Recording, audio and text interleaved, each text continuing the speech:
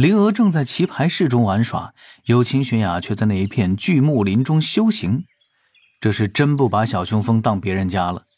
李长寿传声一二，让有秦玄雅开始准备上天之事，稍后天庭就会在洪荒各处进行宣传造势。有秦玄雅定声答应，准备了许久的他，此刻目中也带着几分期待。一枚玉符正悬浮在丹房中，李长寿派了一具指道人将玉符拿在手中，却是白先生发来的特制传信玉符。当面传声，临风传符，人教老传统了。拿着玉符，李长寿驾云飞去黑池峰上，身形还未落稳，白泽和赵公明就一左一右凑了过来，各自捏着胡须，带着微笑，面容都有些浪荡。李长寿后退半步，正义凛然地道一声：两位，奇怪的玩耍莫要牵扯贫道，贫道跟你们这般形单影只的生灵还是有些不同的。白泽和赵公明先是一愣，而后齐齐抄家伙冲了上来。还好李长寿不只是擅长遁法，近身缠斗时的身法也没有落下，乘风闪避，跟两位大能玩闹一阵，最后还是被逮住了，一顿胖揍啊。反正是化身呗，与赵公明和白泽打闹也是无妨，伤不到自身。李长寿也就趁机默默地用流影球记下了这一幕，留作今后威胁。怎么了？李长寿笑着问起正事。来，我二妹给你的信。赵公明挤眉弄眼一阵，将一封书信拍在了李长寿的怀中，又催促道：快打开看看，你可知老哥我等了多少个时辰了。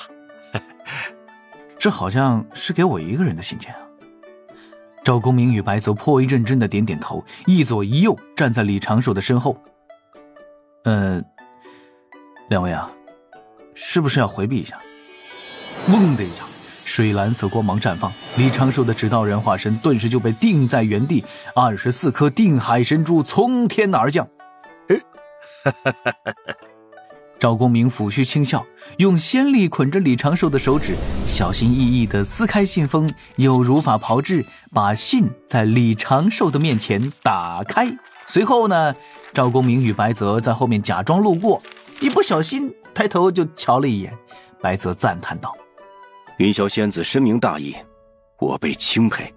赵公明道：二妹不愧是我结拜的四兄妹中最聪明的，信中所说的话语啊，跟白泽先生所说的相差无几。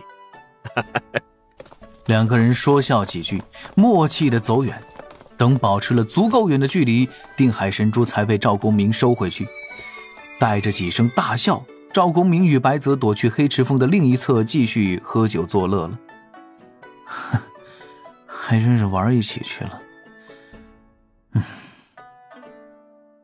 李长寿摇摇头，抖了抖信纸，拿着信纸仔细读着。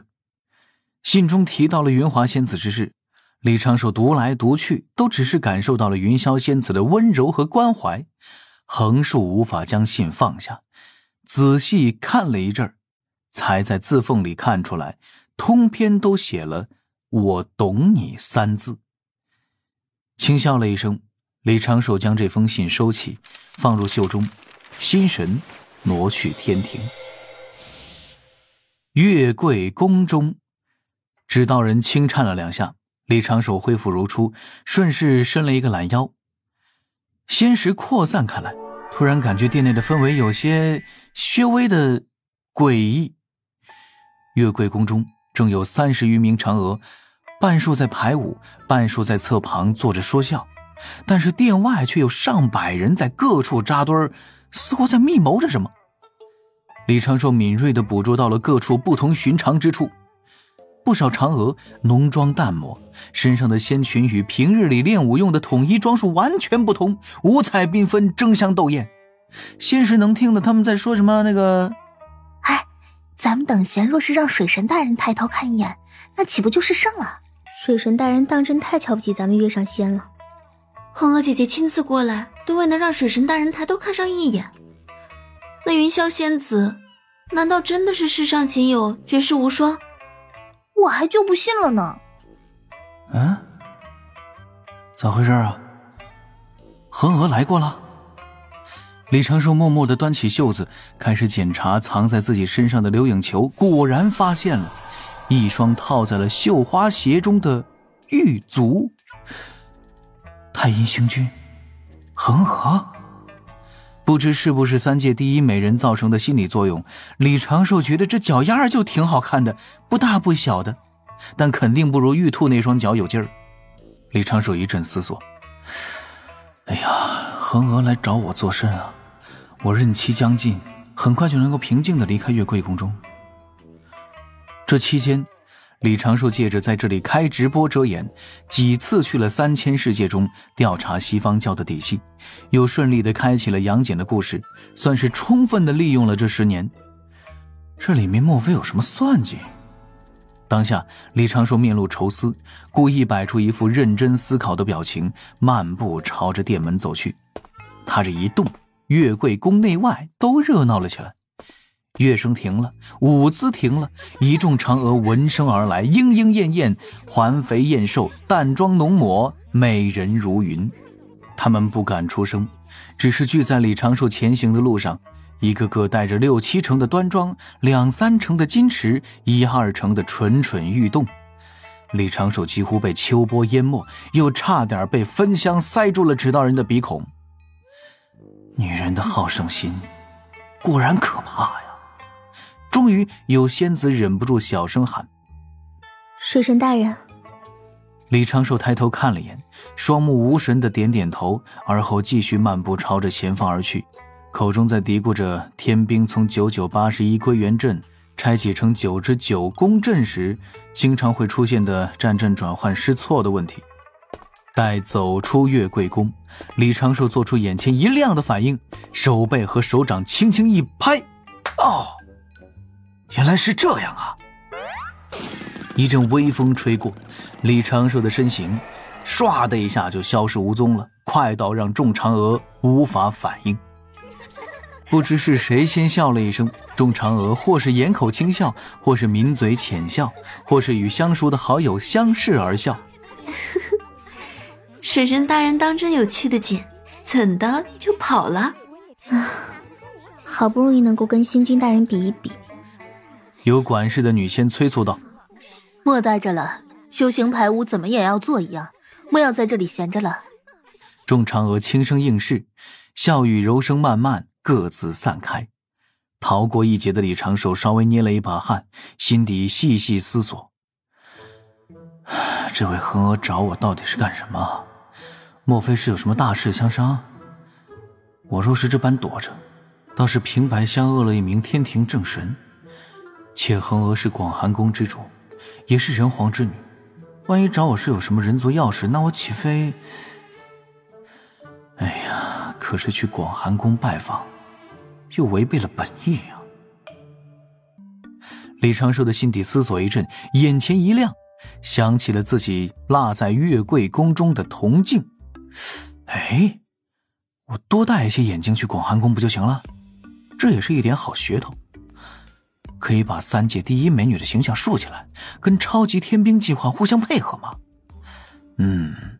世上总有2全法，不负腰子不负卿，呸，不负此身清白名啊。逆向思维是指受在常规思考得不出有效手段时，将思路直接逆转的一种思维方式，也是受经常使用的推演手段。当原本以为正确的方法迟迟得不到正面反馈时，李长寿就会开启逆向思维，进行大胆假设、稳健尝试、深入探讨问题的本质。故此，师叔，您带我来这里干什么呀？广寒宫前，灵珠子举着铜镜小声地问着。李长寿微微一笑，自然是不可能说出心里话。一是为了自证本水神的清白，二是带你过来，就算是秀气的你见到了恒娥有点出丑，也不会有人怪你什么。三是顺便还能拿一拿直播设备。李长寿清了清嗓子，低声道：灵珠子，你忘记自己要做的修行了吗？穿着一身青白长衫的灵珠子闻言顿时愣了一下，而后双目之中满是光亮，郑重地点点头。为了成为师父眼中正常的男子汉。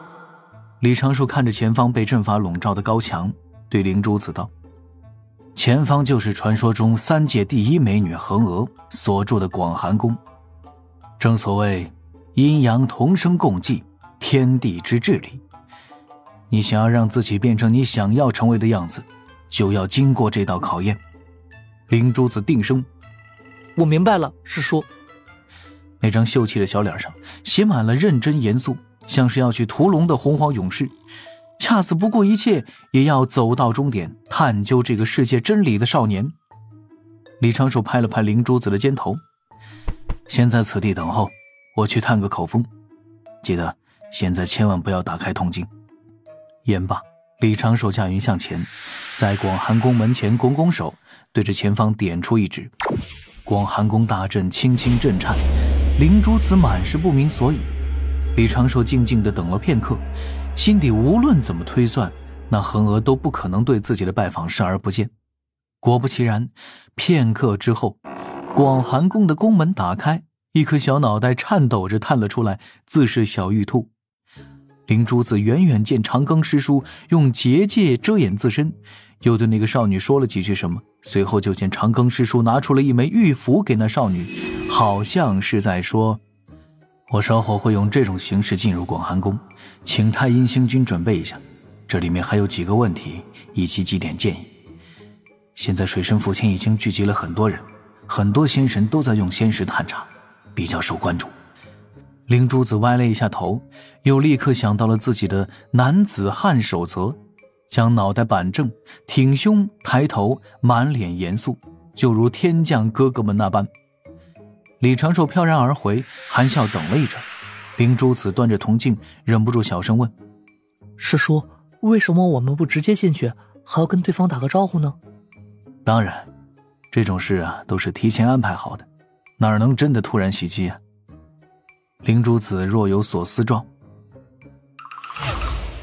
水神府前原本的一面铜镜增加到了3面，前方提前摆好的300只蒲团已经是挤满了今天不当值的仙神天将，周遭更是站了个满满当当的。末将特来为水神大人增一增男仙的声威。仙翁不在家中喝酒，也来凑热闹了啊！哈哈哈！水神有如此壮举，老夫岂能独坐仙台？此天庭盛事，咱当真是好奇的很呐！个中热闹不一而论，不只是水神府，在瑶池中、月桂宫中，各自有一只铜镜，众女仙也扎堆儿聚集。而这些还只是少部分的观众，炼气室谁还没个仙石啊？此地就有不知道多少道仙石锁定在水神府前的铜镜上。更有甚者，天庭有仙人用云镜对准了铜镜，躲在各个角落各个仙位上转播着这般画面。比如东木公府上，再比如那凌霄宝殿中，玉帝陛下端着奏表，奏表里面藏着一面浅浅的云镜，云镜之中就是铜镜内的画面。等了许久，此时尚未有动静，让玉帝不由得有些抱怨：长庚怎么磨磨蹭蹭的？昨天就放出消息要进入广寒宫中，今日都到这个时辰了，还没有动静。正此时，一名女仙驾云自殿外而来，在高台下欠身行礼，喊道：陛下，娘娘请您过去用膳。玉帝淡定地放下奏表，不着痕迹地捏碎云镜，假装疲累地伸了一个懒腰。善，吾这就去瑶池，你先回去吧。那女仙又低头欠身。陛下恕罪，娘娘有命，让小仙跟在您身后一同赶回去。玉帝嘴角轻轻抽搐了一下，淡定地站起身来，整了整衣冠，负手驾云，让那女仙自行跟上。片刻之后，天庭角落中，天庭新来不久的将军秦天柱驾云赶去了水神府前，凑了一个边角的观赏位置。水神大人怎么还没动静？该不会这铜镜坏了？哎，有了，有了！说话间，3只铜镜上仙光流转，渐渐地出现了清晰的人像。灵珠子探头看了看，随后就赶紧缩回了脑袋，又听到了水神大人的嗓音正在侧旁传来。对，这个就是开启了禁制。稍后啊，你记得一直端在你的胸前，不要胡乱照。咱们要去的毕竟是广寒宫中女仙人的居所啊。铜镜之中的画面流转，露出了天庭水神那白发白眉的面容。李长寿对着铜镜拱拱手，温声道：各位同袍，午后安好。今日我将入广寒宫一行，因人言可畏，我这面薄，且顾虑颇多，故邀各位做一个见证，随我一同进入广寒宫中一探究竟。这一次的行动已经得到了广寒宫主人的准许，为了不打扰广寒宫清静，我师侄灵珠子所持铜镜法宝不会有声响传出，望各位多多包涵。言罢，李长寿做了一个道揖，各处铜镜前的仙神天将齐齐还礼。论洪荒直播礼仪。随着画面开始转动，照着李长寿的背影，缓缓靠近了广寒宫的大门。广寒宫大门虚掩着，李长寿抬手轻叩：何仙子可在宫中？此前仙子去月桂宫中拜访，我正神游太虚之间，未能及时行转，今日特来广寒宫中拜访，以作前世之赔礼。就听门内传来一声：水神大人且稍等，我家主人在沐浴更衣，您不便此时入宫内。这一瞬，整个水神府前的仙神精神振奋，仿佛已经看到了什么了不得的画面。李长寿笑道：那既然如此，我就在宫外随便走走吧。言罢，李长寿就驾云带着灵珠子飘去了月桂树下，开始介绍起了这一颗先天灵根，并用那锵锵的伐木声引起了所有人的注意。